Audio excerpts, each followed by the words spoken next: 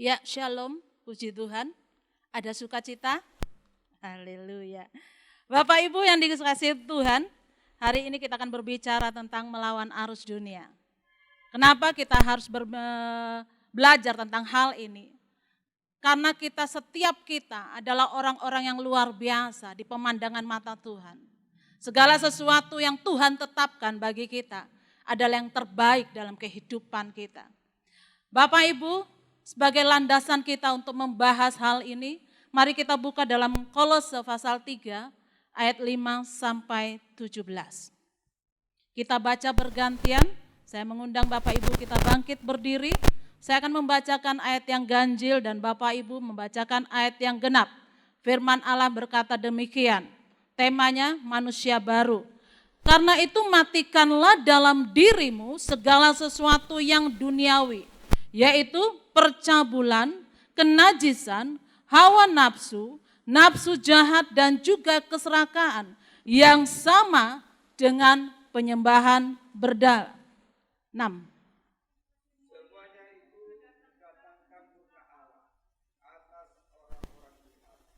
Dahulu kamu juga melakukan hal-hal itu ketika kamu hidup di dalamnya.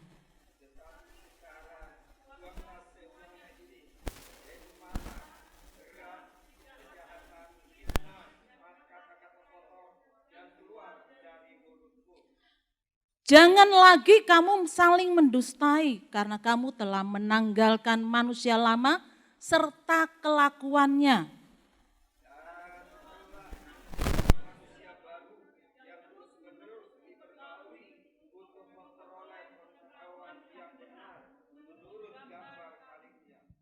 Dalam hal ini tiada lagi orang Yunani atau orang Yahudi, orang bersunat atau orang tak bersunat, orang barbar atau orang skit, budak atau orang merdeka, tetapi Kristus adalah semua di dalam segala sesuatu.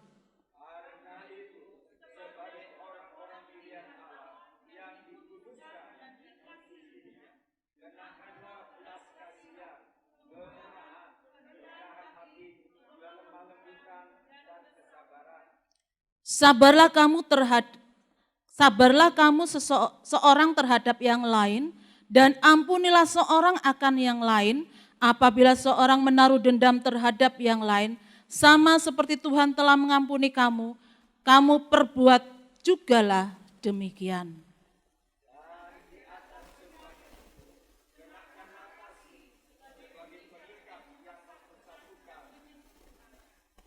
Hendaklah damai sejahtera Kristus memerintah dalam hatimu, karena untuk itulah kamu dipanggil menjadi satu tubuh dan bersyukurlah.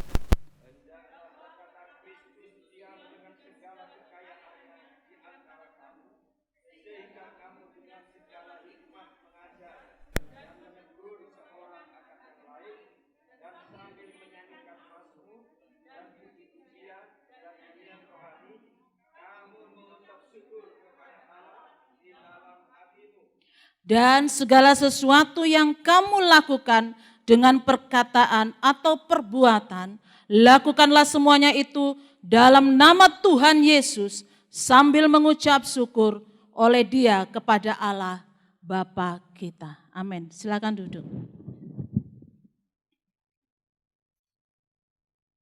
Baik, Bapak Ibu yang dikasihi oleh Tuhan.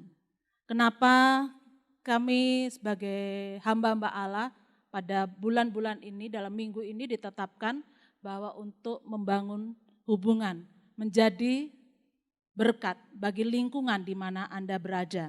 Nah, tema untuk minggu ini kita diberi tema yaitu melawan arus dunia. Kata melawan arus dunia itu tidak mudah, tapi ini tepat bagi kita sebagai anak-anak Tuhan. Sebagai orang-orang yang dipercaya oleh Allah dalam kehidupan kita. Alasannya mengapa kita harus melawan arus dunia. Hal yang pertama dan utama, saya dan saudara adalah warga kerajaan Allah. Kenapa? Tempat kita bukan di tempat ini, tapi kita adalah duta-duta Allah yang ditempatkan di muka bumi. seorang duta Kristus, duta Allah, dia harus mencerminkan di mana dia berasal. Maka daripada itu, setiap duta harus memiliki kualitas yang luar biasa.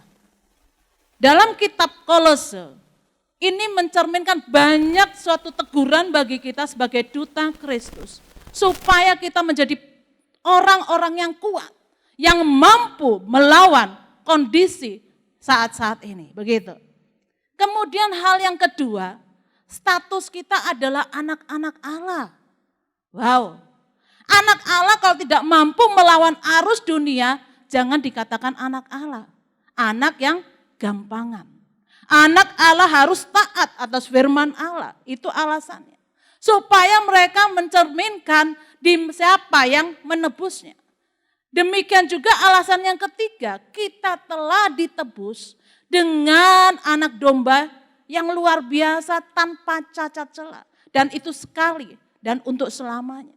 Maka dikatakan kita lunas, dibayar gitu ya, di kayu salib. Nah, makanya daripada itu setiap kita punya otoritas. Setiap orang yang percaya dan memberi dirinya dibaptis, maka dia layak untuk menjadi murid-murid Tuhan Yesus. Karena apa? Visi misi Tuhan Yesus, jadikanlah segala bangsa muridku, baptislah mereka, ajar, dan aku akan menyertai mereka sampai kesudahan zaman. Baru mereka layak dikatakan murid. Baru mereka diajar. Dalam pengajaran itu Tuhan akan memberikan pertolongan melalui rohnya yang kudus. Pimpinannya Roh Kudus gitu ya. Bapak Ibu yang dikasih oleh Tuhan, kitab Kolose ini kitab surat yang merupakan surat dari Rasul Paulus. Nah, jadi latar belakangnya saya sebelum kita bahas ke dalam, bahwa kitab ini ditulis oleh Rasul Paulus. Surat yang diarahkan di jemaat di Kolose. Surat ini ditulis pada tahun 60 Masehi. Saat itu Paulus masih di penjara di Roma. Nah, kenapa surat ini timbul, dikirim kepada jemaat di Kolose, dan pada pasal 4 juga surat itu harus diteruskan kepada jemaat di Laodikia. Karena jemaat di tempat itu disusupi oleh filsafat-filsafat dunia, roh agamawi, dan hal-hal yang menyelewengkan dari pengajaran utama, dari keutamaan Kristus. Dan itu membuat banyak hal bahwa filsafat-filsafat dunia itu lebih unggul daripada firman Allah. Pada firman Allah tidak perlu disusupi dengan filsafat dan pengertian-pengertian duniawi. Nah, ini yang Paulus mau sampaikan kepada jemaat di Kolose. Nah, Bapak Ibu yang dikasih oleh Tuhan, cetak biru daripada kitab Kolose ini yaitu berbicara tentang apa yang Kristus telah lakukan ya. Pada pasal 1 sampai pasal 2 ayat yang 23, sedangkan hal yang kedua cetak biru dapat kerangka utama dari surat ke jemaat di Kolose, yang kedua apa yang seharusnya kita lakukan. Itu dari Kolose pasal 3 ayat 1 bahkan sampai pasal 4 ayat yang ke-18 kalau Bapak Ibu belajar tentang firman Allah ini. Nah, 3 alasan yang saya sampaikan itu penting sekali untuk mendasari kita untuk tidak goyah hari-hari ini. Tidak goyah dalam segala hal. Tidak goyah dalam banyak keadaan di muka bumi ini. Supaya kita tahu status kita, supaya kita tidak digoyahkan oleh apapun. Orang mau bilang apapun kondisimu, yang penting kalau firman Allah tidak meninggalkan engkau akan tetap kuat gitu loh ya. Karena kita hidup bukan kata orang, tapi kata firman Allah. Kalau kita hidup kata orang, saudara bisa stres. Karena banyak kepala, banyak pendapat. Begitu toh? Banyak kepala, banyak pendapat, dan itu pun standarnya di bawah standar firman Allah. Kalau Tuhan katakan engkau yang terbaik, engkau yang mulia, dan kau dikasih Tuhan, apakah saudara katakan aku dibenci Tuhan, aku begini? Enggak saudara. Saya bayangi. Lah, Bapak Ibu seringkali kan kita minder dengan keadaan kita. Kita minder dengan status sosial kita minder dengan keadaan ekonomi kita minder dengan keadaan rumah kita nggak pede dengan keadaan itu. Padahal Tuhan mengajarkan engkau berharga. Ya. Jadi jangan mendengar kata orang, tapi dengar apa yang firman Tuhan nyatakan dalam kehidupanmu yang menguatkan kita hari-hari ini. Begitu. Kalau orang tuamu katakan salah dalam kehidupanmu, kamu katakan Tuhan dalam nama Yesus aku cabut perkataan itu tidak sesuai firman Allah. Nah seringkali kan orang tua kebun binatang keluar, begitu tanpa sadar. Nah itu harus kita tolak dalam nama Yesus, kita cabut perkataan itu. Kenapa ketika perkataan kebun binatang keluar, itu sifat-sifat daripada binatang itu melekat dalam kehidupan dan itu merupakan kutuk bukan berkat. Begitu ya. Demikian juga ketika katakan kita anak kita bodoh, jangan katakan demikian, wah anakku belum mampu, dia akan dimampukan, dia akan terus belajar. Begitu kata-kata itu saudara. Saya melihat banyak hal dalam lingkungan di mana pelayanan saya, ketika orang tua mulai berubah kata-katanya, anak-anaknya juga berubah. Ketika dia mencabut segala sesuatu yang tidak sesuai dengan firman Allah, maka anak-anak itu juga mengalami keubahan. Karena dalam mulut orang percaya ada otoritas, ada kuasa. Masa dari dalam mulut satu mulut keluar berkat dan kutuk, saudara ya? Tidak mungkin. Anak-anak Tuhan harus mengeluarkan apa? Kata berkat dari mulut bibirnya, begitu. Nah, bagaimana kita sebagai anak-anak Tuhan, kita belajar hari ini, bagaimana kita sebagai anak Tuhan untuk mampu melawan arus dunia. Rasul Paulus memberikan beberapa langkah kehidupan untuk kuat dalam mengarungi kehidupan. Antara lain apa? Coba perhatikan ayat yang kelima. Di situ dikatakan apa? Karena itu matikanlah dalam dirimu segala sesuatu apa yang duniawi, yaitu percabulan, kenajisan, hawa nafsu, nafsu jahat, dan juga keserakahan yang sama dengan penyembahan berhala. Ternyata ya, waduh ketika saya baca lagi hal ini, penyembahan berhala itu enggak nyembah patung gitu saudara. Ternyata ini loh, hal-hal ini yang kita lakukan, yang terdalam dalam kehidupan kita kalau tidak matikan, itu sama dengan apa? Penyembahan berhala. Keras banget Bapak Ibu ketika saya baca, Tuhan luar biasa. Enggak jauh beda ketika Tuhan katakan begini, orang yang melakukan firman Allah, itu orang yang bijak. Dan orang yang tidak melakukan firman Allah, dikatakan orang yang bodoh. Begitu toh firman Allah. Pernah saya sampaikan hal itu. Ternyata kebijaksanaan seseorang ketika dia bertindak dan melakukan apa yang didengar, yaitu firman Allah. Tapi kalau kita tidak melakukan firman Allah, kita sama dengan orang yang bodoh. Kita gampang direndahkan, kita gampang diperbodohi, hidup kita juga bodoh. Kita tidak punya hikmat dan tidak punya pengurapan kalau kita tidak melakukan hal apa yang Tuhan sampaikan. Nah, dikatakan kata matikan itu berbicara jangan dihidupkan lagi. Ketika Bapak Ibu terima Yesus sebagai Tuhan dan ketika kita masuk ke dalam air, kita mati bersama-sama dengan kematian Kristus. Artinya segala kehidupan lama kita dikuburkan, dimatikan. Gak boleh dibangkitkan lagi. Kalau hal-hal ini dibangkitkan lagi, maka kehidupan kita menjadi seorang penyembah-penyembah yang menyembah berhala.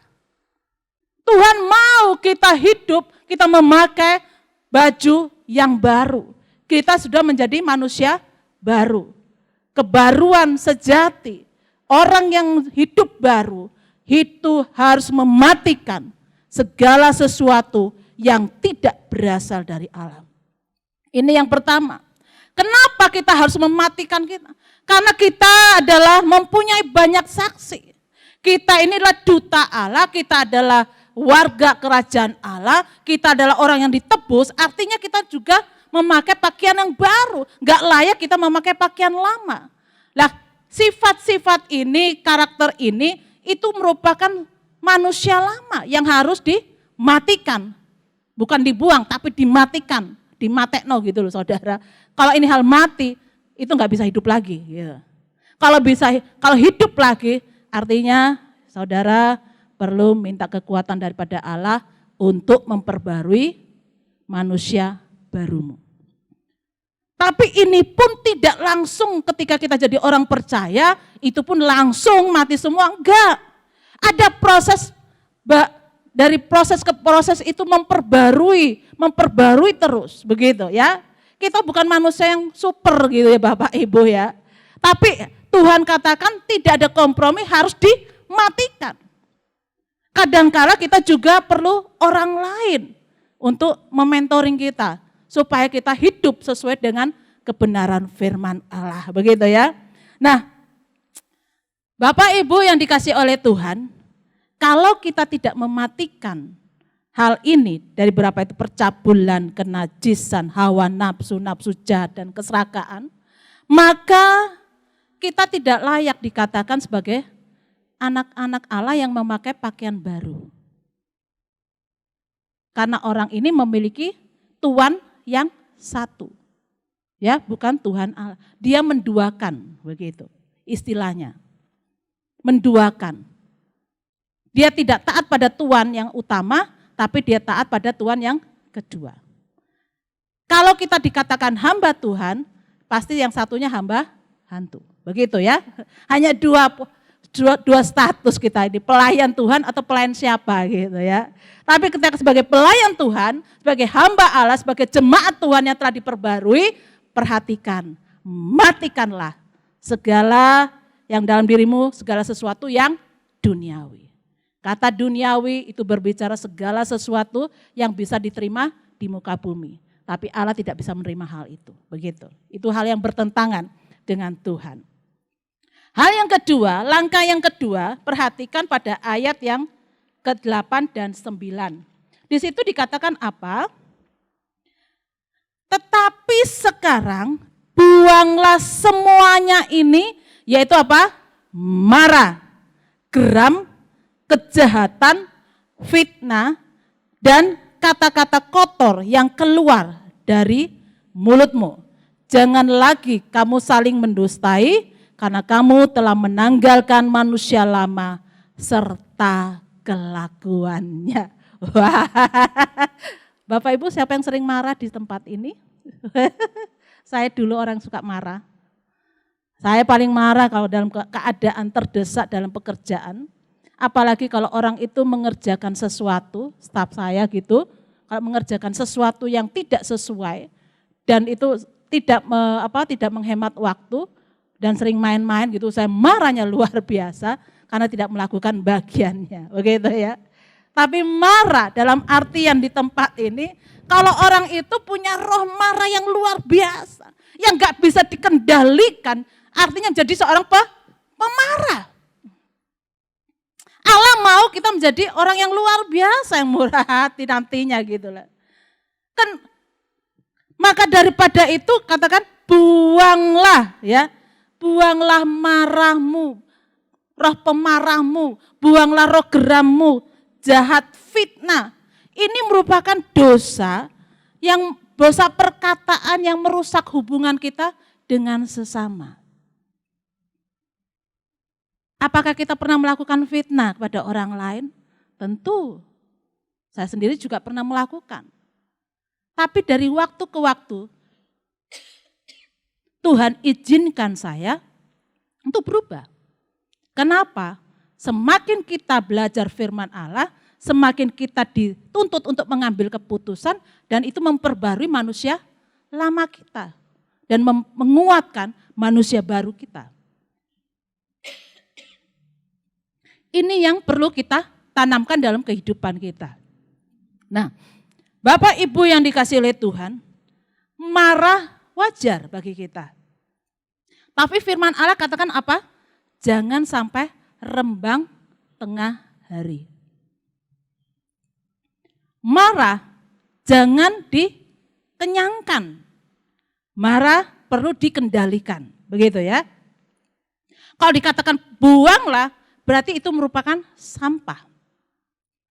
Sifat-sifat ini, hal-hal ini adalah sampah bagi manusia rohani kita. Tubuh, pakaian baru, manusia baru kita. Ini sampah yang perlu dibuang. Kalau marah, belajar. lepaskan kemarahanmu, jangan sampai rembang tengah hari. Lepaskan pengampunan. Karena orang mengampuni tidak dibatasi oleh hitungan angka, 3 kali enggak, atau 7 kali enggak. Tuhan katakan apa? 70 kali 7, tanpa batas. 70 kali 7, kemarahan itu harus dibatasi begitu. Orang marah, emosinya kadang kala tidak terkendali. Sehingga apa? Membuat kita kelihatan bodohnya, saudara. Semakin kita marah, semakin kita kelihatan bodohnya. Kata-kata yang enggak perlu diucapkan, kita ucapkan. Kelihatan karakter kita, kelihatan tingkat kepintaran dan kebijaksanaan dalam kehidupan kita. Ini yang perlu kita pahami. Kemudian langkah yang ketiga, Rasul Paulus katakan begini mulai ayat yang ke-12 sampai 17. Strategi yang ditawarkan Rasul Paulus untuk pembangunan tubuh Kristus dan menolong kita hidup bagi Allah dan menang dalam segala keadaan. Bahkan dalam keadaan untuk melawan arus dunia. Hal yang pertama apa? Coba perhatikan dalam ayat 12 dan 13. 12 dan 13 dikatakan, karena itu sebagai orang-orang pilihan yang dikuduskan dan dikasihinya, kenakanlah apa? Belas kasihan dan kemurahan. Artinya begini, hal yang pertama, tirulah belas kasihan Kristus dan sikap mengampuni. Kata ini bukan kata yang biasa saja, tapi kata yang keluar dari hati, sikap hati yang luar biasa. Enggak mudah saudara, perlu proses, perlu pembelajaran. Karena itu setiap kita disakiti oleh seseorang, orang itu menfitnah saudara, orang itu memarahi saudara padahal tidak tahu permasalahannya, tapi taruh roh belas kasihan dan pengampunan dalam kehidupanmu. Supaya apa? Enak saudara kalau kita enggak jengkel sama orang, enggak benci sama orang, betul enak banget. Tidur juga nyaman, enggak pusing-pusing, enggak stres banget gitu ya. Maaf, kemarin saya sempat darah tinggi saya naik karena saya ini orang biasa kerja, tiba-tiba dalam setahun ini saya enggak kerja. Saya biasa pulang sampai di rumah itu jam 11 malam gitu. Dan saya seorang konseptor, jadi pikir saya itu pemikir gitu, jadi mikir gitu, segala sesuatu tak pikirin gitu.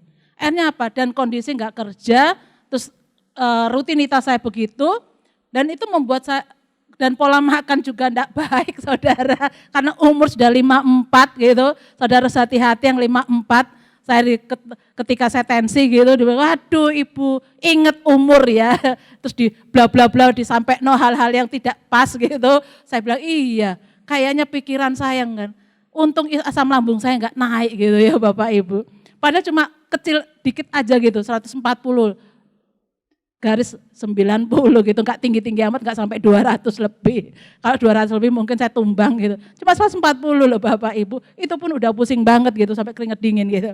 Jadi katakan, tirulah belas kasihan daripada Tuhan Yesus. Dan sikap yang mengampuni gitu, hal yang pertama, langkah yang pertama. Supaya kita aman. Kenakanlah sebagai orang yang percaya, manusia baru, sebagai warga kerajaan Allah yang pasti saudara akan kuat melawan arus dunia.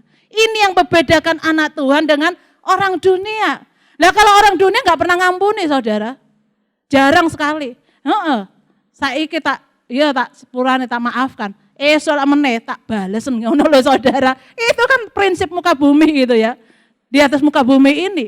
Prinsip ini Allah berikan bagi kita supaya apa? Supaya hidup kita penuh dengan lapang dada ketika orang memperlakukan apapun dalam kehidupanmu. Saudara enggak nyimpen sakit hati, enggak nyimpen akar pahit, saudara. Benar.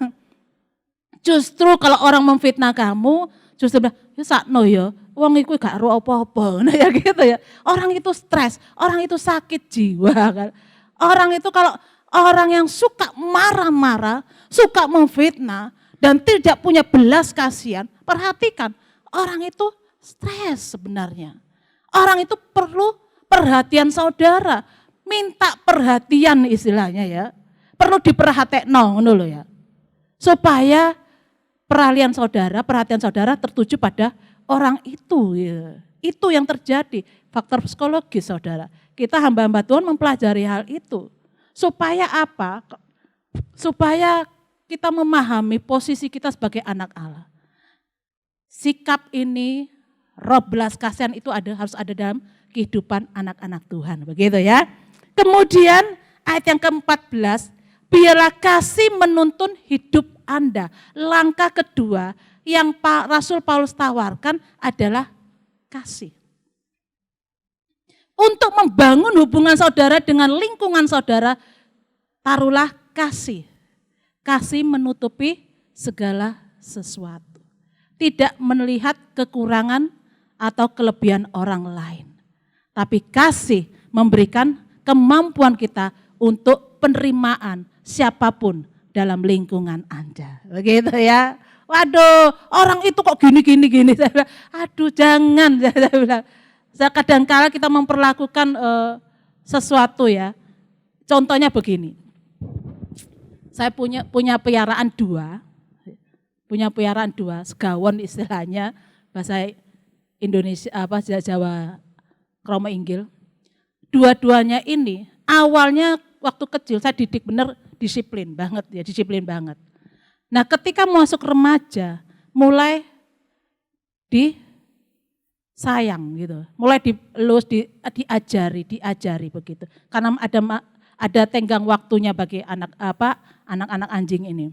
Nah, kemudian ketika saya katakan ibu jangan dipukuli lagi, tapi dituturi, diomongin gitu. Jadi kalau menakal gitu, ayo tak siram gitu ya saudara, dia udah lari gitu saudara. Itu bahasa. Nah, kita ini anak-anak kalau sering kali dijahatin, sering kali dikerasin, anak itu akan timbul roh pemberontakan. Ya, saya belajar dari hal ini.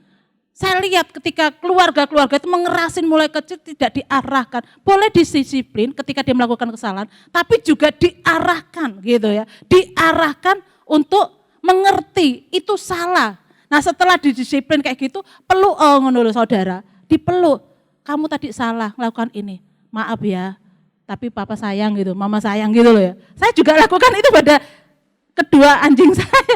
Satu hari dia ngambil daster saya, dicokotin saudara, bayangin, waduh jengkel itu, tak kejar, apa itu loh, daster saya diambil, dicokotin, tak kejar satu-satu, tak pukulin gitu, saya itu, sini, sudah, setelah itu saya panggil, tak peluk, sudah ya, tadi itu, jadi saya memposisikan sebagai mama, mama tadi itu marah kenapa, kamu tuh loh, berarti bahasa Indonesia, tak bahasai gitu saudara. Jadi gitu, anjing pun tahu diposisikan disayang apa tidak. Bagaimana kita memperlakukan sesuatu, makhluk hidup itu ngerti apa yang kita lakukan. Apalagi anak-anak saudara, apalagi suami ataupun istri saudara. Semakin kita jahat, semakin kita tidak memperlakukan dengan layak sebagai pasangan hidup, itu pun akan terjadi sesuatu tidak sepakatan dalam kehidupan itu. Timbul sakit hati, timbul kemarahan, timbul hal-hal yang tidak bisa dibereskan. Hanya kasih sayang, dasarnya kasih. Kasih ya saudara, Bapak Ibu ya, kasih ya. Kalau disakiti mau melepaskan pengampunan, halo, mau ya. Kalau difitnah mau mengatakan Tuhan dia baik kok, dia baik. Kenapa saudara mau difitnah, saudara mau dimarahin, sebenarnya saudara itu jadi perhatian dia. Saudara dipratekno gitu loh Bapak Ibu. Kita itu diperhatikan oleh orang-orang sekitar kita. Kalau dimarahin ya gak apa-apa, terima kasih ya nasihatnya, surat cintanya, bahasa cintanya, ngono ae. Jadi gak ada dendam, gak ada loro hati loh. Terima kasih ya bahasa cintanya, ngono loh Bapak Ibu ya. Nah, kalau saya dengan anak-anak adik-adik rohani saya katakan begini, makasih ya surat cintanya ya, kadang-kadang WA gelap gitu ya, atau ada WA ada namanya gitu, waduh terima tak balas, makasih ya surat cintanya gitu.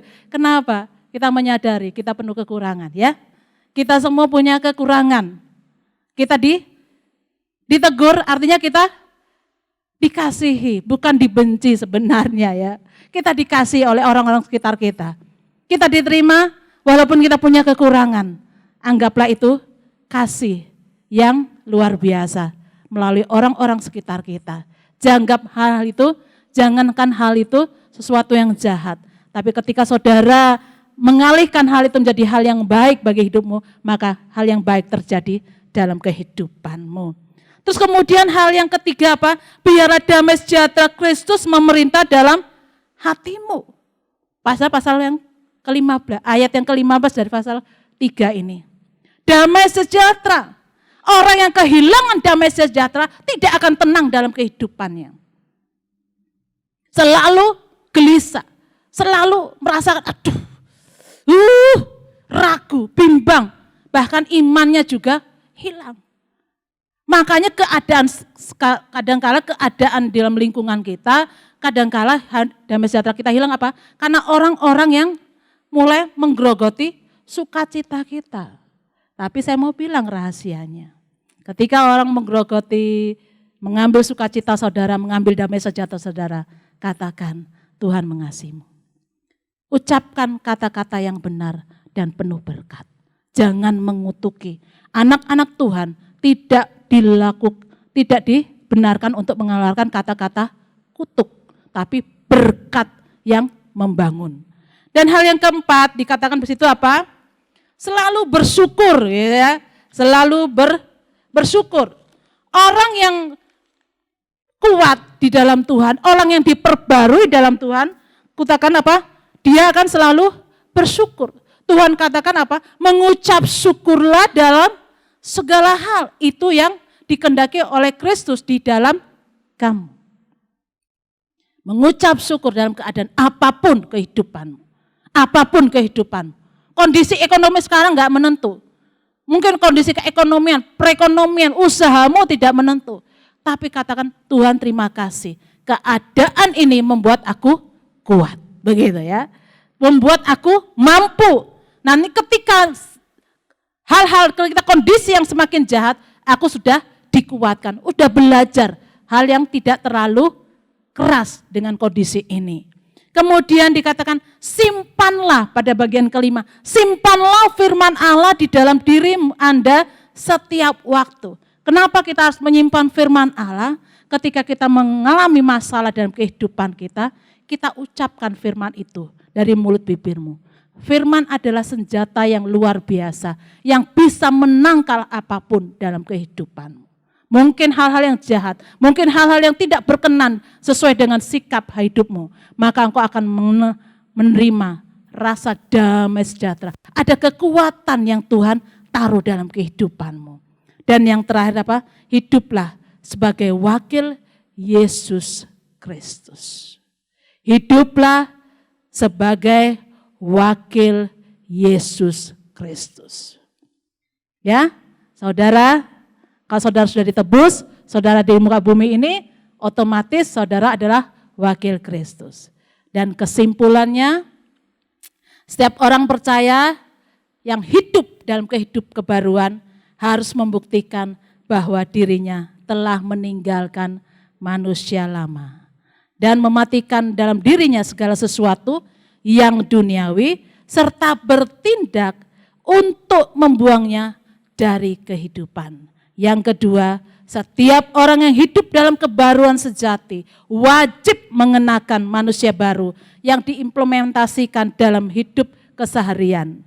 Sehingga pikiran, hati, dan karakter Kristus menjadi nyata dalam bagi orang lain di sekitarnya. Dan yang terakhir, dengan demikian kita akan dimampukan untuk hidup dengan kekuatan Allah dalam melawan arus dunia yang semakin hari semakin jahat.